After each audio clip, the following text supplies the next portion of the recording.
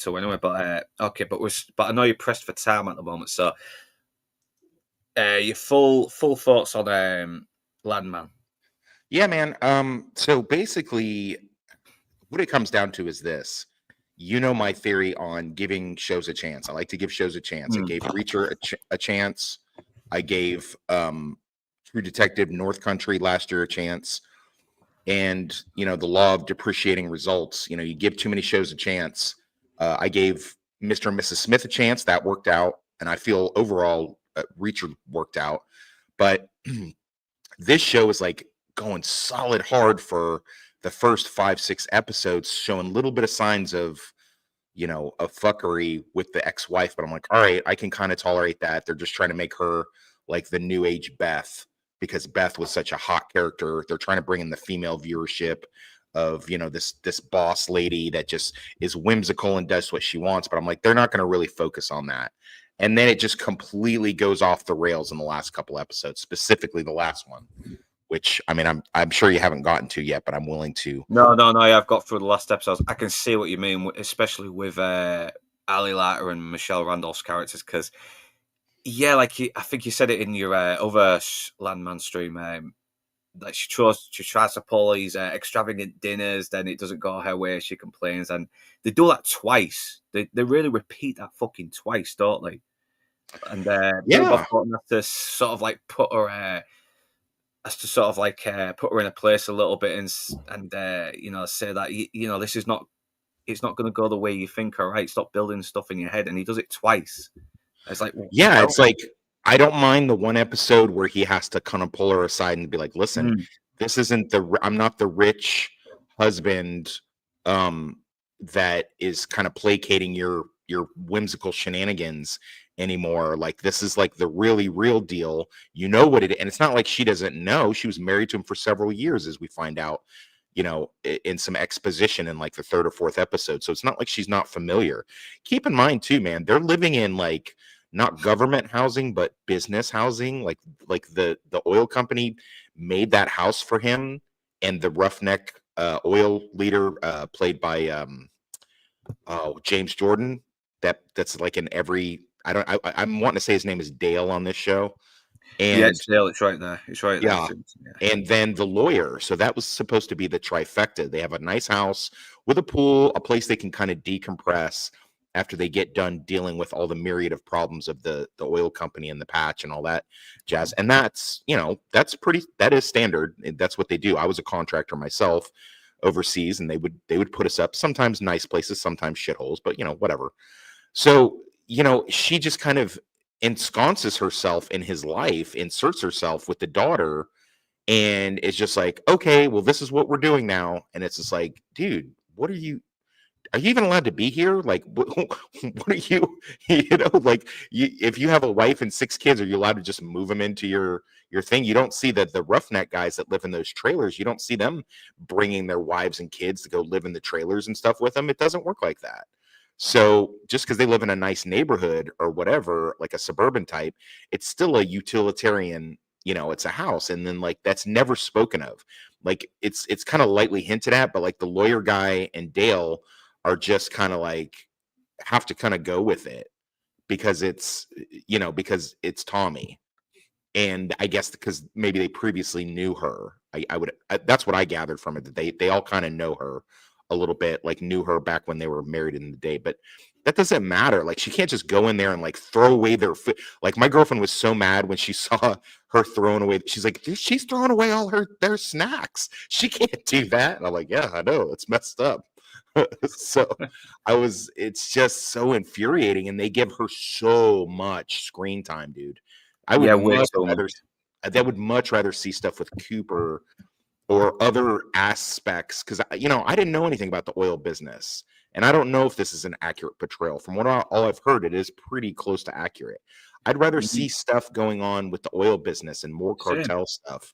And exactly same. I mean, that stuff is really intense, and it's really good. It's really cool seeing Tommy Norris try and handle these psychotic bastards, and I think that was one of the best things in the final episode as well. I mean, they kind of there is going to be spoilers here, so if you've not seen it, do click off this and watch the full series. But if you don't care about spoilers, fair play. Okay, well, I'll carry on. They do almost kind of break him, but he doesn't really break down until he gets back home to Angela. Yeah.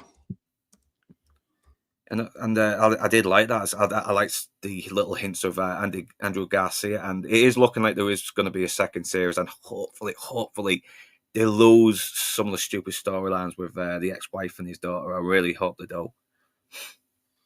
Yeah, I just also by the way, I got a spoiler tag there if you want to pull that up at any given time. It's Oh there yeah, for yeah, yeah. you to use It's however you pretty see. much a bit late now, but fuck it. Better late than never. Oh well, what are you gonna do? Uh, You watch something on YouTube that has to do with a TV show you're watching that's still ongoing. You got to expect that there's not an easy way to talk about it without spoiling some stuff. But be that as it may, and I find the daughter character endearing in some ways. She's very earnest and she just seems very honest and just wants to be loved and all that kind of stuff. And she seems like generally a good kid, and she's certainly charming and pretty to look at. She's also, by the way, she's an actress. She was in 1923 playing the young Dutton nephew's wife, by the way. yeah, you mentioned as well she was 17, and yeah, it was a bit weird. The fact that she's Yeah, always Slovene that's the and part I have a problem yeah, with. I have a daughter. I don't want her to talk to, and my daughter's 22, and I don't want her to talk to me about where she lets her boyfriend come at. I mean, dude, what? I'm a sexual, and yeah, it's played for laughs, but I mean, better to have the girl play her actual age, like she's in college. I could tolerate it a little bit more, but having her be 17, that's really, yeah.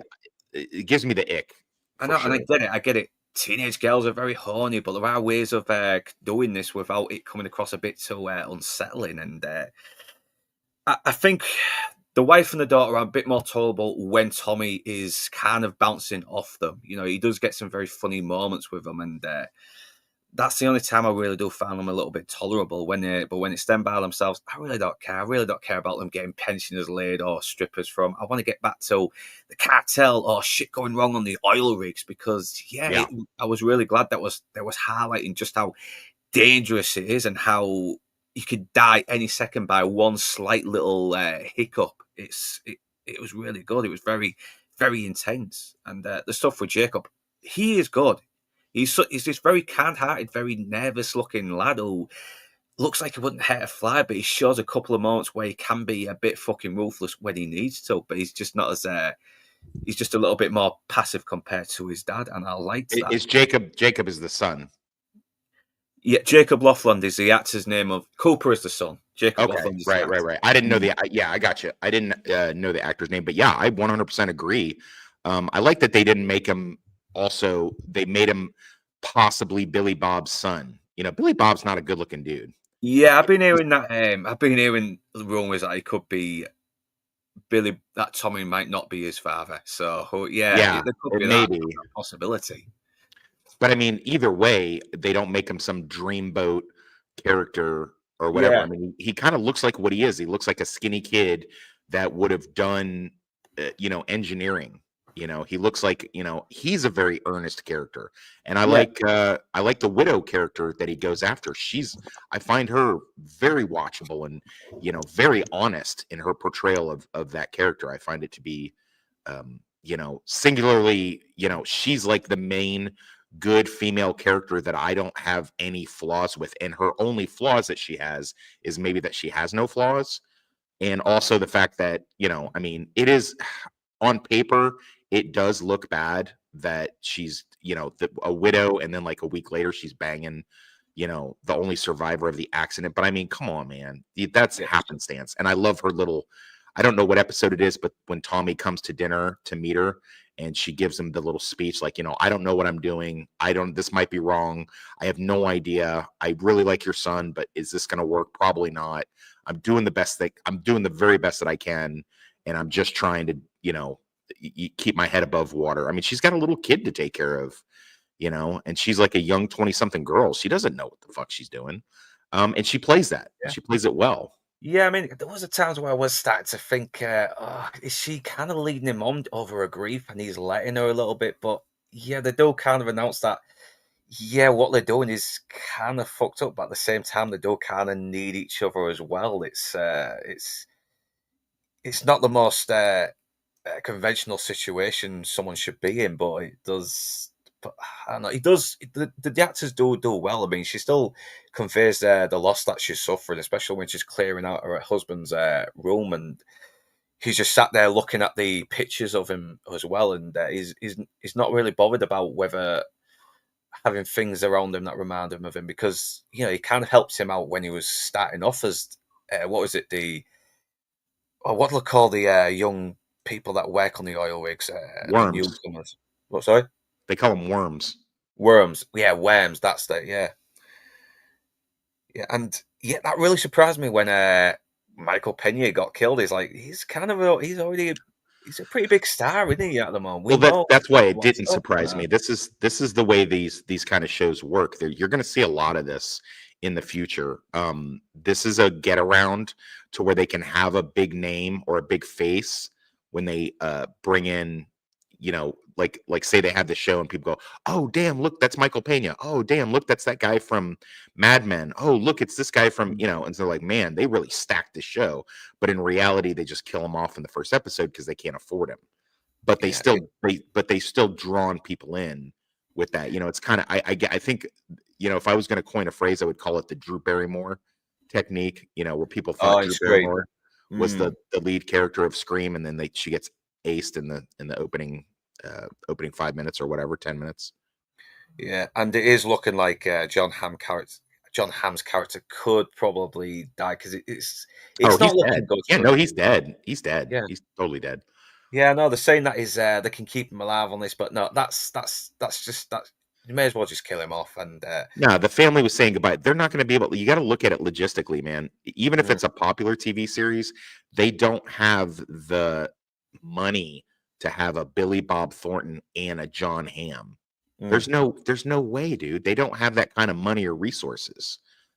They can't, like, that's why, I mean, if someone's like, well, True Detective, Woody Harrelson, okay, well, that was during a time when Woody Harrelson was kind of having a bit of a lull, and Matthew McConaughey had not quite resumed his A-lister status at that point. So that's why they were able to pull that off with Mm. those. But yeah, man, you're not going to see. I think Enzo talked about this on one of his streams about that rug pull that they do with big name actors. Like, you're not going to get a chance to have this many people of this star power. Ali Larter might be kind of a name, but I think people would be hard pressed to, like, if she just were to pop up, people don't know her name. They don't go, oh, Ali Larter. They might go, oh, there's the girl from Varsity Blues and Final Destination, but they might not remember her name. So, and she's definitely getting on in years. I mean, I think she's a good actress. I want to be clear about that. I think Oh she's a yeah, good she is. actress, And she and still and I looks good. She still yeah, looks and fucking yeah, good. she's still very beautiful. But the thing is, man, I don't think Taylor Sheridan can consistently. Uh, I don't think he can consistently write female characters. I just don't think that he can. I think he knows how to, like, if he has one good character like in Wind River, then every other character is pretty much going to suck or have like a bit part. Or if he has like one good female character like in Yellowstone, then like all the other ones are going to be deplorable. So, it seems like he only has the ability to write one good character at a time, female wise. He's great at writing, like anti-heroes and then, but then again, there's shows like The Lioness, where I pretty much like most of the female characters on that show. Yeah, yeah. Because I was saying that I think Lioness is probably a better show, and I Oh, think it's there's only definitely a one better show. episode on season two that I thought was a little bit where they had the lioness and her mentor kind of like les up, and I thought, okay, that feels a bit forced. The lesbian storyline in the first series did feel a bit more genuine. They had you actually had some build up towards the two characters. The lioness in the first series and the target she was getting close to. Okay, I got that, but yeah. Lioness pretty much is better with the female characters. I mean, I got who these characters were, and they didn't feel like projections from some feminist either. They actually felt like real characters who probably would be like that in this kind of job. Yeah.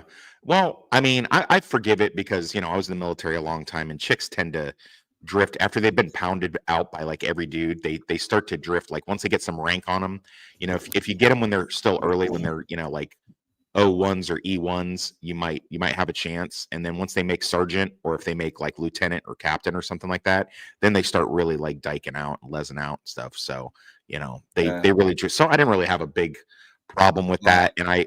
And this isn't a stream about the lioness, but I will say that I enjoyed season 2 more than season 1.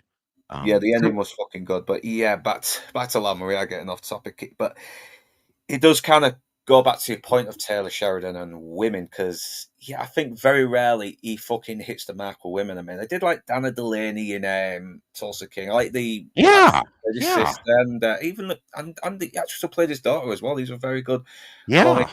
characters. Even the fucking shaven haired lesbian on it was kind of okay on it as well. She didn't really Yeah, piss but me. the cop who's the person that we're supposed to like or not Landman, but Tulsa King, she's deplorable. She's horrible. So, Yeah. but yeah, I am talking about sex or military ranking. Yeah, I'm talking about both. And they could both conflate the same thing. But I Yeah, Emma think Sparkles, glad to see you on the stream. And yeah, Atom Gray, thank you for joining us. And Rachel Percy, and I think that's it. Fandad was on earlier as well. I don't know if he still is, but yeah, thanks for joining us. It's not going to be too much of a long stream. We're just, no, no. no, we're just getting all quick thoughts about on Land of Landman. And I did like seeing Andy Garcia show up as well. He actually I seemed like did like, yeah, that was pretty yeah, dope. Andy Garcia is always elevating. But again, can you really, if they've got Billy Bob is carrying this show on his shoulders, right? oh yeah, he's still Okay. the best thing in it. So do you really think that they're going to bring in Andy on a regular? Now, if that were going to be the case, and Andy Garcia and him were going to go tete-a-tete all through season 2, I would be very, very fascinated with that. But the I just don't see them having the money to have an Andy Garcia and a Billy Bob Thornton. Maybe they do. Maybe I'm wrong. I don't know. I'm not 100% sure how stuff like that works. I know they've blown millions on Disney stuff, but this isn't a Disney stuff. This is one of like 17 Taylor Sheridan projects. So I'm not 100% sure they've got the resources to keep up a Billy and a Billy and a Andy going back and forth. But if they were, yeah, I would dig that. That would be dope. That would be a dope show. yeah, Miss Sparkles wants to know how slutty we are. Ooh, you don't want to know, love. You don't want to know. We're deplorable. We're depraved. We really are. But yeah, it's the thing is that some of the stuff with Ainsley and his daughter could have been cut out from the final episode as well, because the episode's on for like what, an hour and 20 minutes. They've cut that down. It could be a nice little consistent hour. Who knows? Maybe a little less. It's Mhm. but the show was really at its best when he was getting tortured by some of the rogue cartel members. Anyway, there was, because he really suffers as well, and he still tells them to go fuck themselves, and I really like that. Yeah. Yeah, no, he's definitely not someone to mess with. Sorry, I'm pulling up. There we go. Yeah, It's just the dynamic of the characters now, and also we've got Demi Moore on this show. Now, maybe they can't afford her either. I don't know, especially after her big win with that that substance move, or what was it called? The substance. yeah, Demi Moore, yeah, because Yeah, yeah, I'm yeah, really hoping she does get more of an acting, yeah. a Now, more if she relevant were part to of the second series, and it looks like it could be that way. Who knows? if she were to take over John Hamm's role and sort of become adversarial with Billy Bob due to the fact that maybe she feels Billy Bob's way of doing things is antiquated, which it may very well be, whether it works or it doesn't. Or if she were to get in a situation where she's going head to head with the lawyer, I'd like to see it. I think she was criminally underused in this season. Do you She agree? was. I know she does really well in this last episode as well. I mean, that what she says, like, the last thing I said to him, you need a shave, and she just fucking breaks down. I was like, that's the last thing I said to him before he fucking dies. Yeah. You need a shave after all these years of marriage. I mean, yeah, she kills it. She really kills it, and it's a shame we didn't get more of it in the rest of the series. Yeah. I'm wondering if the reason why we got so little of her is because they either couldn't afford her, or was she jumping back and forth between this and the substance at the time? I don't really know.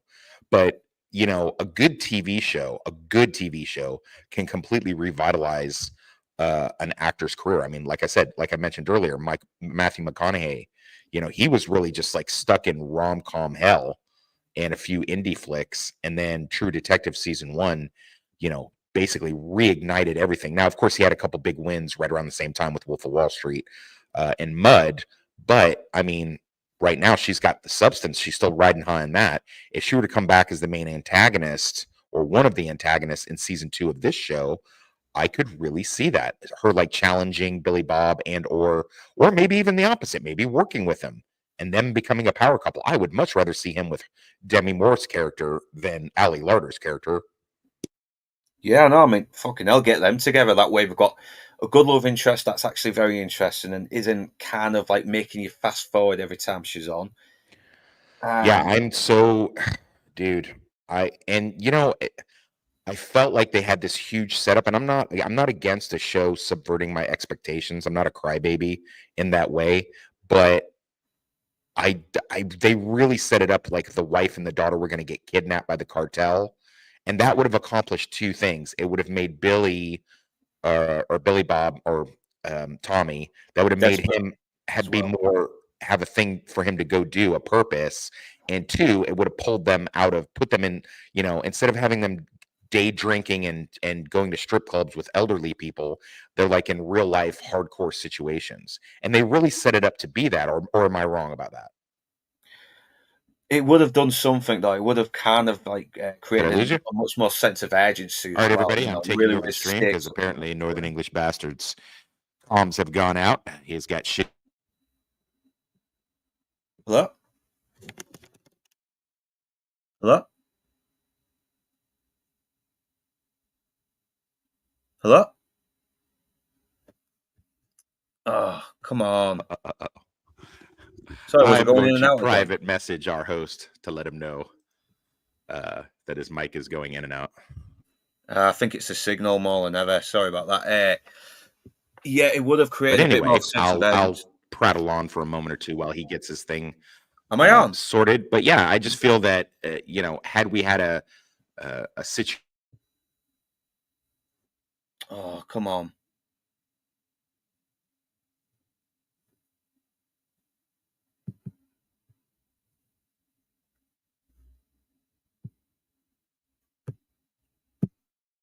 Oh, fucking hell. I've got to start fucking doing it in the living room.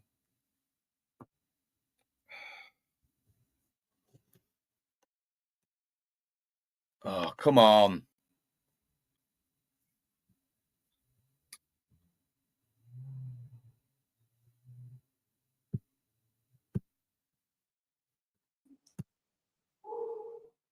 Sorry, have I gone out again?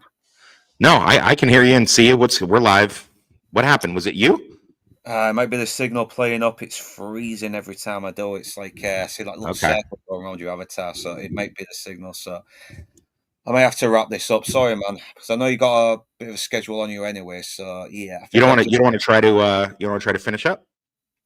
yeah, I've already kind of made my points a little bit as well earlier before you came on. So yeah, obviously last thoughts anyway. The I still love it. It does dip in quality a little bit, but it does look like it's building to maybe something really good in the second series. And I really hope it does improve on the flaws from the earlier seasons. And yeah, sorry for everyone in the audience who's watching. It's the signal seems to be really going in and out a little bit today. It's a bit of a piss take. I do apologise, but thanks for joining us anyway. So yeah, final thoughts on Landman and Toxic. Yeah. So, final thoughts. I think it's a situation where diminishing returns, if they don't do something and fix this problem with, the wife side character stories, season two is going to be a real mixed bag. If Andy Garcia and Demi Moore are elevated to bigger characters and do more stuff, then, I would definitely, that would definitely be a show to watch for sure. Yeah, agreed. Yeah, thanks for joining us. And before we go, do you want to plug anything, like a certain book, for example? Yeah, a certain book. So, as everyone knows, on Amazon, I have my first book out. It is called Slapdash, and kind of hitting a plateau with there it is, and the slide is right there Yeah, if you want to just pull going to that get up. onto it now. Here we go. Slapdash. And it is a Kansas City, Kansas crime story, loosely based on the events in my life. It is available on Amazon. If you're stateside, if it's on Kindle and paperback in Amazon. But if you would like a signed, autographed copy of it, I've got about a dozen to 20 of them that I'm selling firsthand that I have with me. And I'm happy to send you out one if you are stateside. If you're in the UK, there's nothing I can do for you because it's way too expensive. And the sequel will be finished soon, and my fellow co-host here, Northerners Bastard, will be helping me edit and proofread it, and so he'll have his hand in the sequel to it. So I'm kind of excited for that project to come about. Yes, thank you. I look forward to doing that. And is there any other videos you coming up? Any more consider the I'm source? gonna do a yeah, I'm gonna do a consider the source either later today or early tomorrow on um the Reacher series, the ones that have been turned into TV shows, including Persuader, the new one, and go match them up against the books that they're based on. So I'll be talking in depth about that either later tonight, early tomorrow. Later tonight, I will also be on Nadia's stream, Hot Horror with Nadia. We're doing Stranger Things, episode 3 and 4.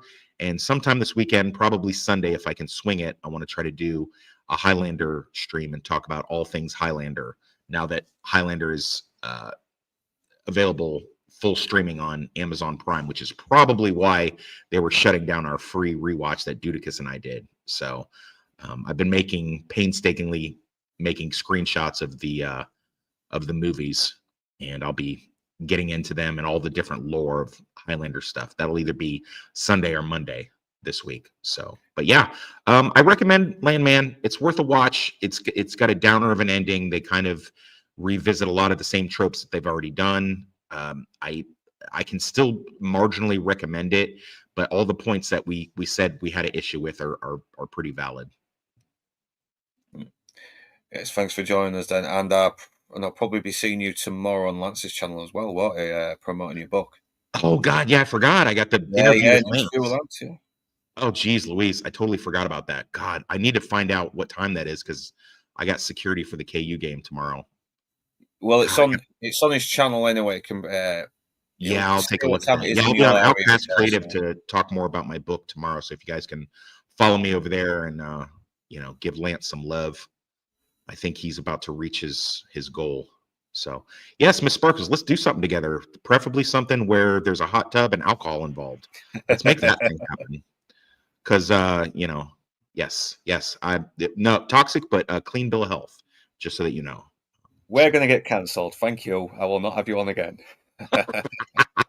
So yeah, thanks for joining us. Anyway, so yes, outro. You got an outro? yeah, yeah, no outro, but I think I will promote my next video. I think I'm going to be doing Better Man, the Robbie Williams biopic, which is really getting Americans baffled to who he is, and us Brits baffled to why it's even been made. So Yeah, I yeah, don't I'll even try know and do who that. that is. Yeah, a lot of people don't. It's songs in the mid to late 90s are actually pretty good, though. I mean, you'll probably be singing Angels or She's the One for quite a while, but I'm going to try and get that done sometime next week. And whether you beautiful bastards are Northern English or not, thanks for watching. And do remember to like, share, comment, subscribe, and ring that bell in order to be notified. And if you wish to further support this channel, links will be in the description below. But right now, that's us done, and we're off to the pub. Thank you and enjoy your weekend. It's the Northern